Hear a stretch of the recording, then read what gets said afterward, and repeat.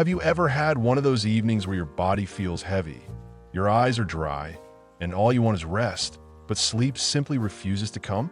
You've turned off the lights, pulled up the covers, maybe even taken something to help you drift off, but inside, something's still humming. Your legs can't get comfortable. Your mind is flipping through the pages of the day. And in that stillness, you start to wonder, is it always going to be like this now? Lying in bed, tired but restless, full of thoughts but empty of energy? It's a quiet kind of suffering. And the older we get, the more invisible it becomes. People expect you to slow down, to feel tired, to nap more during the day, to sleep less at night, to lose your rhythm. But inside, you remember a different version of you. A version that woke up with energy, that moved through the morning with clarity, that ended the day not with exhaustion, but with completion. That part of you isn't gone. It's just waiting for something it can follow again. Because here's the truth. Better sleep doesn't begin when your head hits the pillow. And real morning energy doesn't start with coffee. It starts with rhythm, with gentle, repeatable steps that help your body remember how to rest and how to rise. Not by force, not by habit, but through presence, softness, and consistency. That's why this video isn't just about sleep. It's about a routine, a real one. Not a checklist, not a trend, but a sequence of 7 simple, deeply supportive actions you can begin weaving into your evenings. 7 parts of a ritual designed specifically for aging bodies, sensitive nervous systems, and hearts that are still learning how to let go at the end of the day. We'll talk about things you might not expect. The way breath changes after 60. The hidden impact of lighting and background noise. The small foods that help stabilize your body overnight. And the emotional shifts, grief, fear, overthinking, that often sneak into our nights if we don't know how to meet them. So if your nights have grown too long and your mornings too short, if you've been waking up more tired than you were when you went to bed, this is for you. Because deep sleep and real energy aren't about luck. They're about preparation. And you're allowed to reclaim that preparation one gentle step at a time. Let's begin with something your body already knows how to do. Something it's done every moment of your life, but may have forgotten how to use fully. Breathing. Not the shallow, tight kind that happens when you're thinking about bills or watching the evening news. Not the automatic kind that keeps you upright at the dinner table, but the kind of breath that undoes. The kind that slows everything down from the inside. Because here's the truth few people talk about. The older we get, the more tension we carry, not just in our backs or shoulders, but in our lungs. We hold ourselves in without meaning to, and every part of us stays just a little too alert, just a little too braced. Even when we're lying down, even when the lights are off, that tension tells the body, stay awake, stay ready.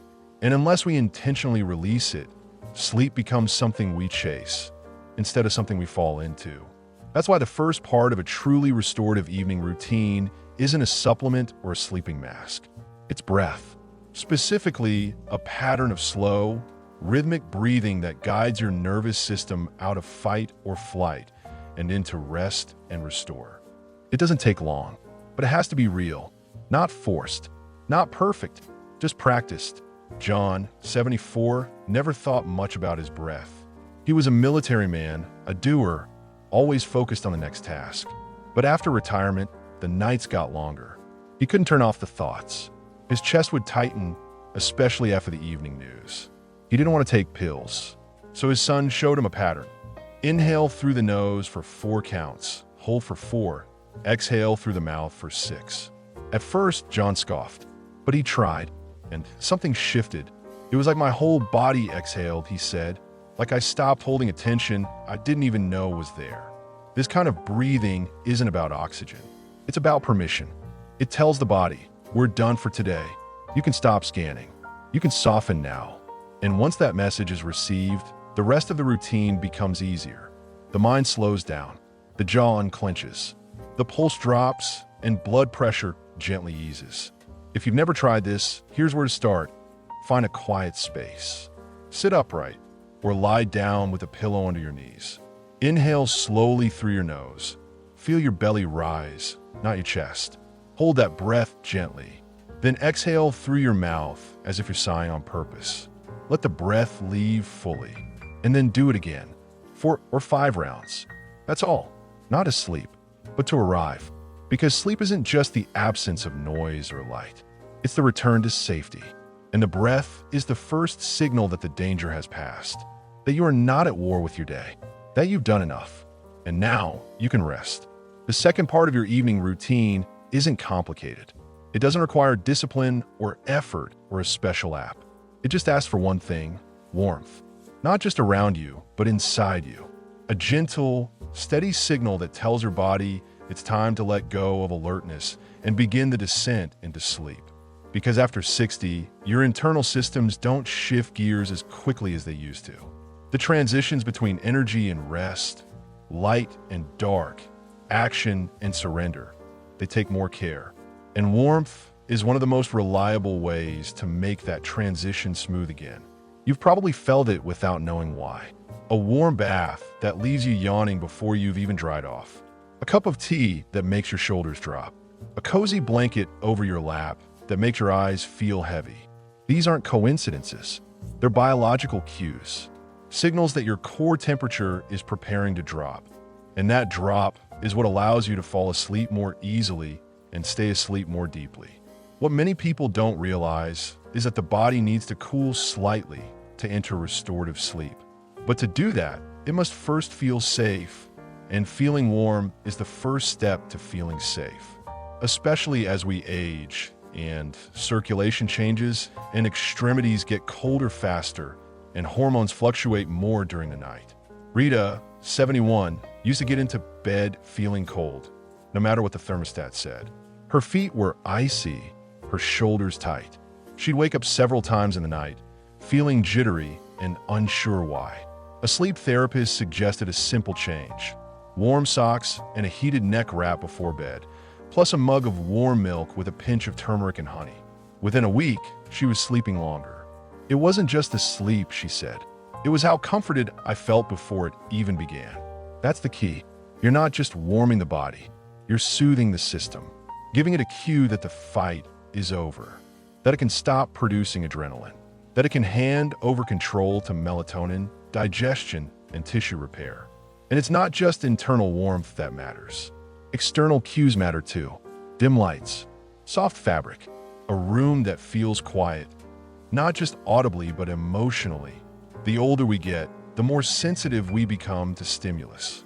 Light, sound, even unresolved conversations can keep the body slightly on edge. But when the surroundings become soft and warm, the body mirrors that state. You don't need a routine that looks like a spa. You need one that says, "You're home now." So pour a warm drink, not caffeine. Sit with it. Hold it in both hands. Feel your pulse slow as you sip. If it helps, add a light snack with protein or fat, something to anchor your blood sugar through the night. Let your body know it will be cared for, even while you sleep. Because warmth isn't a luxury. It's a biological bridge. And when you offer it to yourself consistently, you'll begin to notice something subtle but life-changing. Your body will stop resisting the night. And instead, it will begin to trust it. The third step in this evening rhythm isn't about your thoughts or your diet or even your comfort. It's about light. Specifically, the light your eyes take in after the sun goes down, and how that light shapes the chemicals that govern your sleep. Because while most people think of sleep as something that just happens when you're tired, your brain sees it differently. It sees it as a response to darkness. And when the light lingers, so does your alertness. As we age, our internal clocks, what scientists call the circadian rhythm, become more fragile. They're more easily thrown off by subtle cues. And the strongest cue of all is light. Your body has a tiny structure deep in the brain called the suprachiasmatic nucleus. It acts like a timekeeper, reading the environment and deciding whether to keep you alert or begin the descent into sleep. And the information it uses comes straight through your eyes. That means every time you check your phone before bed, every bright lamp that stays on past 9 p.m., every flicker from the television, it's telling your brain, stay awake, stay alert, hold the melatonin. And the result? You lie in bed, tired but wired. Your thoughts spin. Your body can't quite settle. And the next morning, you feel like you didn't sleep at all. Helen, 79, had this exact experience.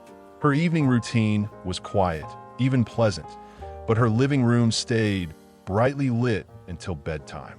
After learning about how light affects the pineal gland, the part of the brain that releases melatonin, she made one change, dimming the lights 2 hours before bed.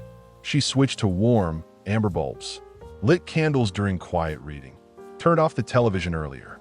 Within a week, she was falling asleep faster. It wasn't just my body, she said. My thoughts got softer too. This is because light doesn't just keep your eyes open. It keeps your brain activated, especially blue light, the kind from LED bulbs, phones, tablets, and most screens. That light suppresses melatonin for hours. And for older adults whose melatonin levels are already declining naturally, that suppression has a bigger impact. But the fix is simple. It's not about total darkness right away.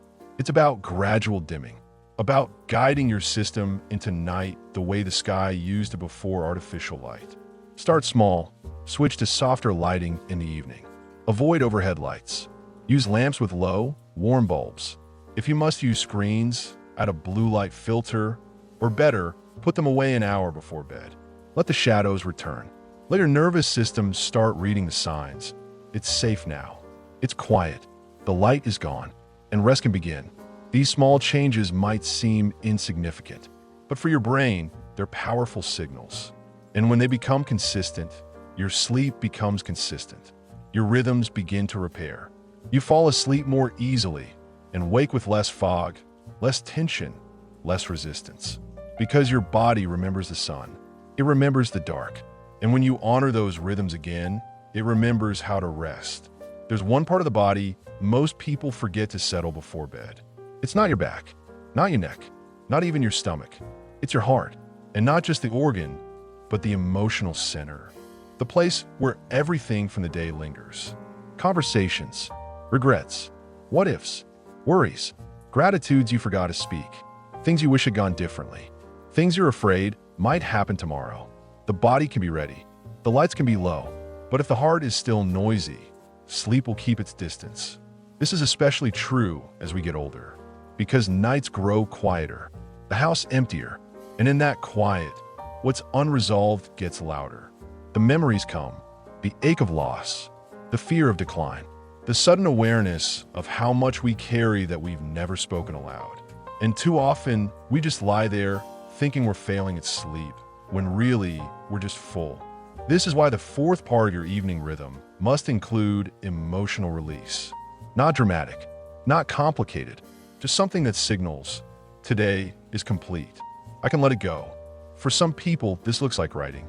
Just 3 sentences, not a diary, not a story, just what felt heavy today, what felt good, what I need to set down for the night. For others, it's prayer, not as a performance, but as a whisper, a conversation with whatever feels bigger than you.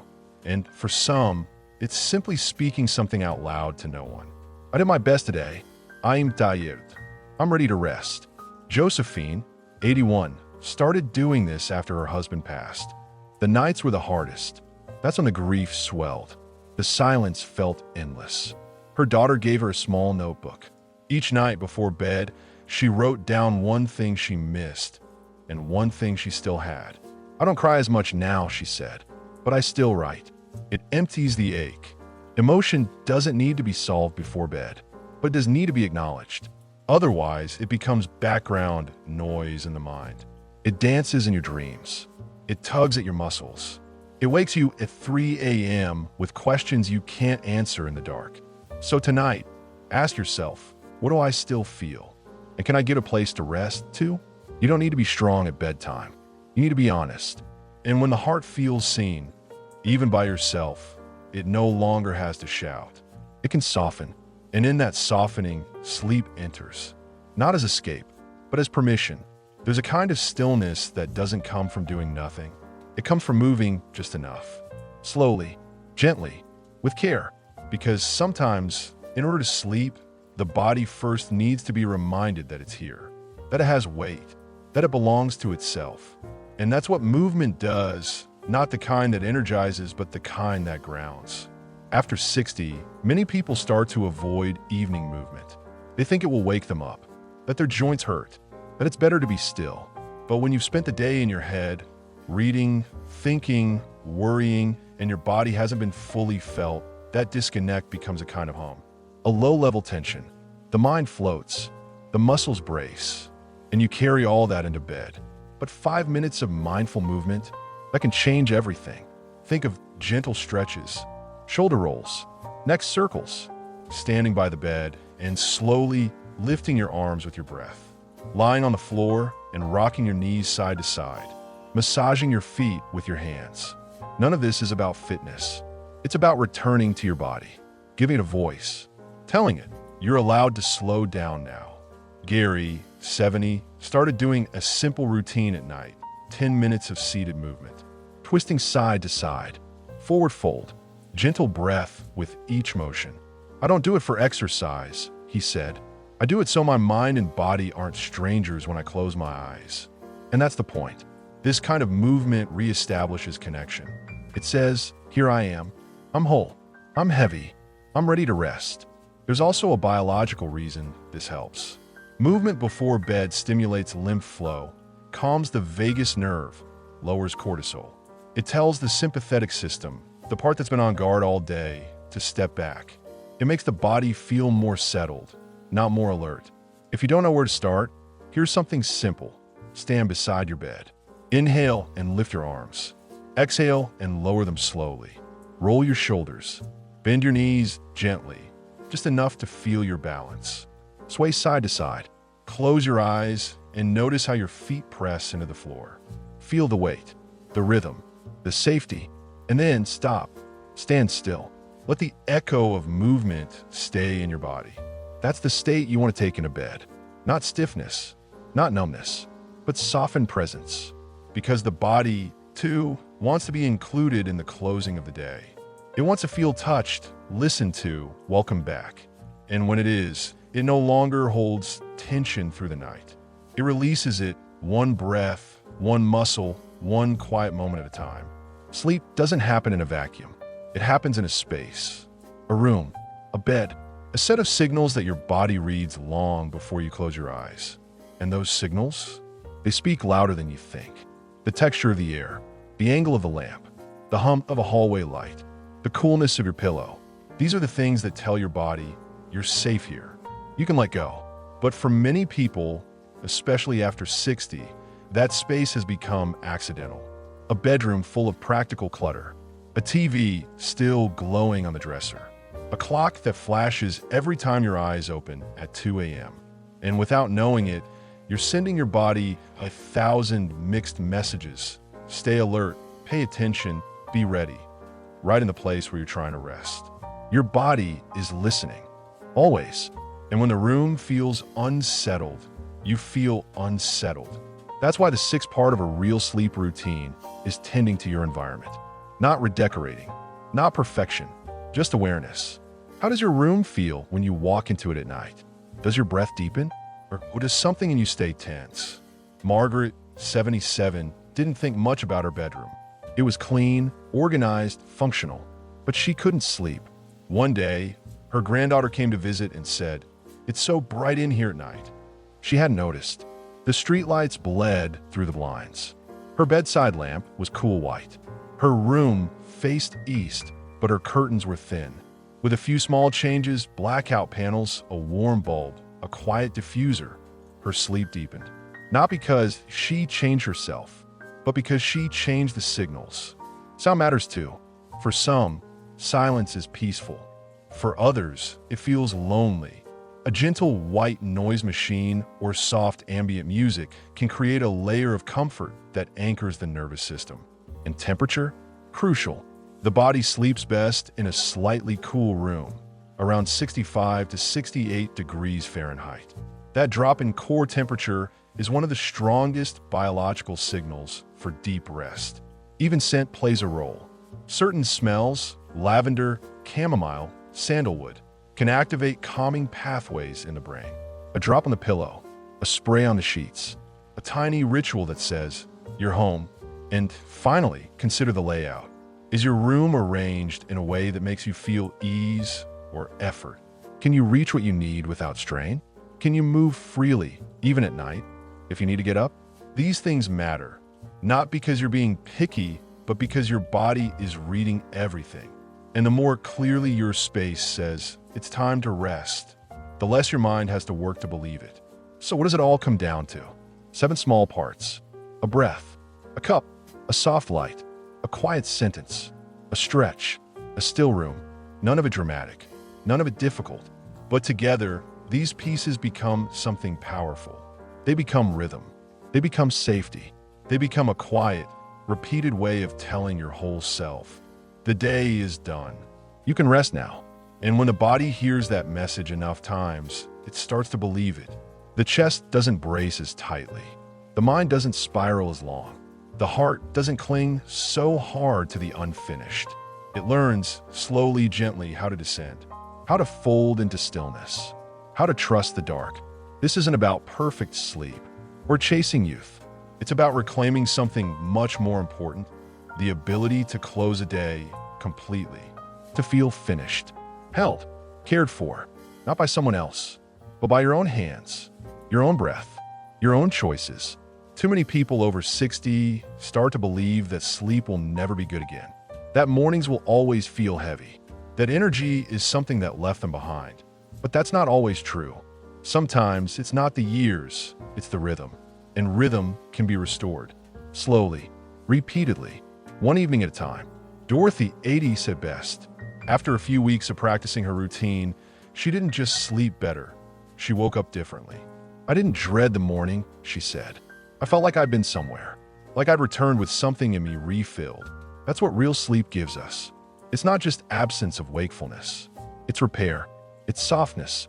It's energy that doesn't come from coffee or habit, but from deep inside the tissues. And to get that kind of sleep, we must approach it with reverence, with ritual, with the same care we give to others, finally offered to ourselves. So tonight, choose one piece. Just one. Maybe the breath. Maybe the light. Maybe the warmth in your hands as you hold a mug of tea. Let it begin there. And then, over time, let the rhythm build. Not as pressure, but as permission. To be tired. To be ready. To be human. And if this video gave you something to think about, if it stirred a memory of how good it used to feel to wake up ready for the day, let us know. Leave a comment. Tell us what part of the evening you're reclaiming first. Like the video, subscribe, and explore the rest of our channel where we talk about real tools for real lives, especially after 60. Thank you for being with us. Share your stories in the comments. Give this video a thumbs up, and don't forget to subscribe for more practical and powerful insights into life, health, and renewal after 60. We're here with you every step of the way.